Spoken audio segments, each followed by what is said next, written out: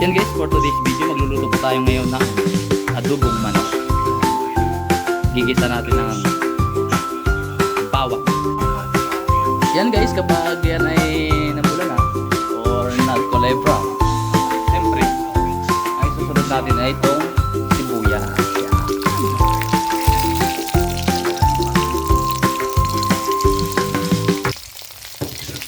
Siyempre, pag may sibuyas, gagalawin natin yan. Oh. Yan.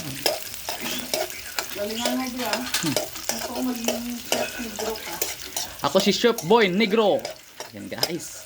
Pag nakita natin ganyan na mga ano natin, ingredients or yung mga ginisa natin, siyempre lagyan natin ng dandahan yung mga manok. Diba? Huwag mong biglain. Kasi pag binigla mo yan guys, dandahan lang. Pero ang gagawin mo, hugasan mo muna ang kamay mo bago mo ilagay, siyempre para malinis yung niluluto mo, di ba? Ganyan yan guys. Yan. Ngayon, siyempre galawin mo rin siya guys. Igisa mo siya ba sa sarili niya. Oh, yummy daw. Wala pa nga yan, ano, yummy na yan, guys. Ganyan. Igisa mo lang.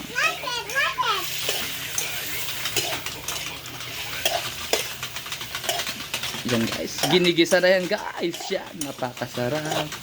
Napakasarap naman ang luto ni Ate Lala.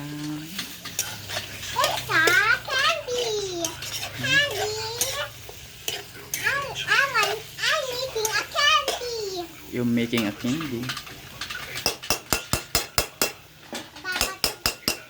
Yan, ganyan ang strategy guys. Tapos, siyempre,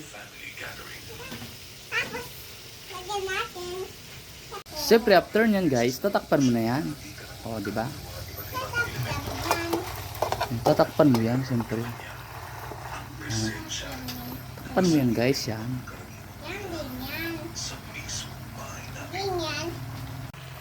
Yan guys, bago natin pala takpan, mali. Siyempre. Siyempre, lagyan natin ng kunting tuyo. Siyempre. Lagyan natin kunting tuyo. Yan, kunti lang. Mga 3 patak lang. Siyempre.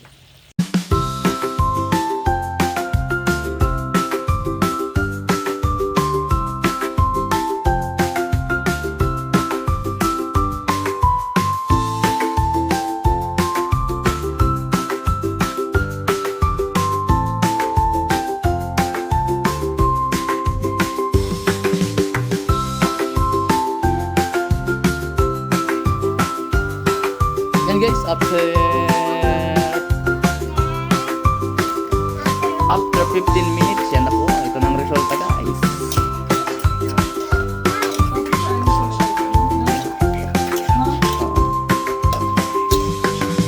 Yan na po, ito ng resulta nya guys.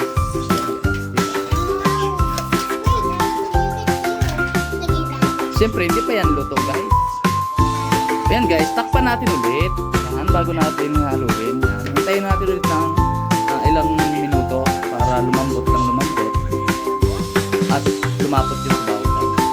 Then guys, nakita natin talagang yung adobong niluluto natin guys is sobrang creamy na siya. Lapot na po guys yung sabaw niya. Pero hindi pa yan guys.